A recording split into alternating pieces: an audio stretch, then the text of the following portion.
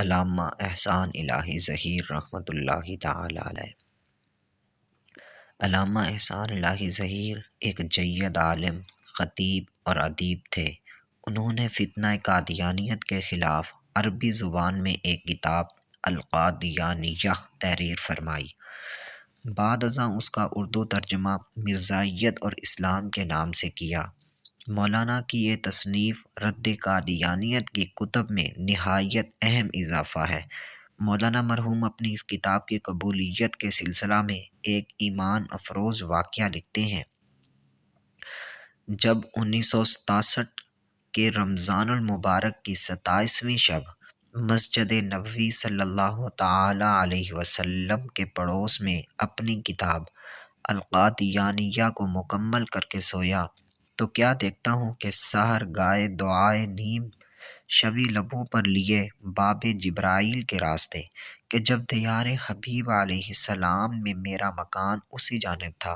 کہتے ہیں کہ مسجد نبوی کے اندر داخل ہوتا ہوں لیکن روزہ اطہر کے سامنے پہنچ کر ٹھٹک جاتا ہوں کہ آج خلاف معمول روزہ معلیٰ کے دروازے واہیں اور پہرے دار خندۂ روح استقبالیہ انداز میں منتظر ہیں۔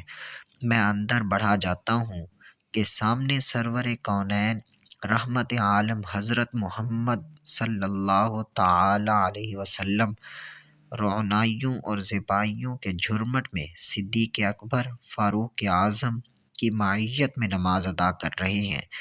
دل خوشیوں سے معمور اور دماغ مسرتوں سے لبریز ہو جاتا ہے، اور جب میں دیر گئے باہر نکلتا ہوں تو دربان سے سوال کرتا ہوں، یہ دروازے تم روزانہ کیوں نہیں کھولتے؟ جواب ملا، یہ دروازے روزانہ نہیں۔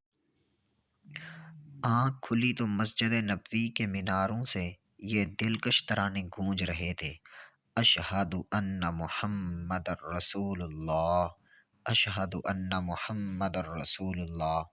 اور صبح جب میں نے مدینہ یونیورسٹی کے چانسلر کو ماجرا سنایا تو انہوں نے فرمایا، تمہیں مبارک ہو، ختم نبوت کی چوکھٹ کی چوکیداری میں خاتم النبیین صلی اللہ تعالی علیہ وسلم کے رب نے تمہاری کاوش کو پسند فرمایا ہے۔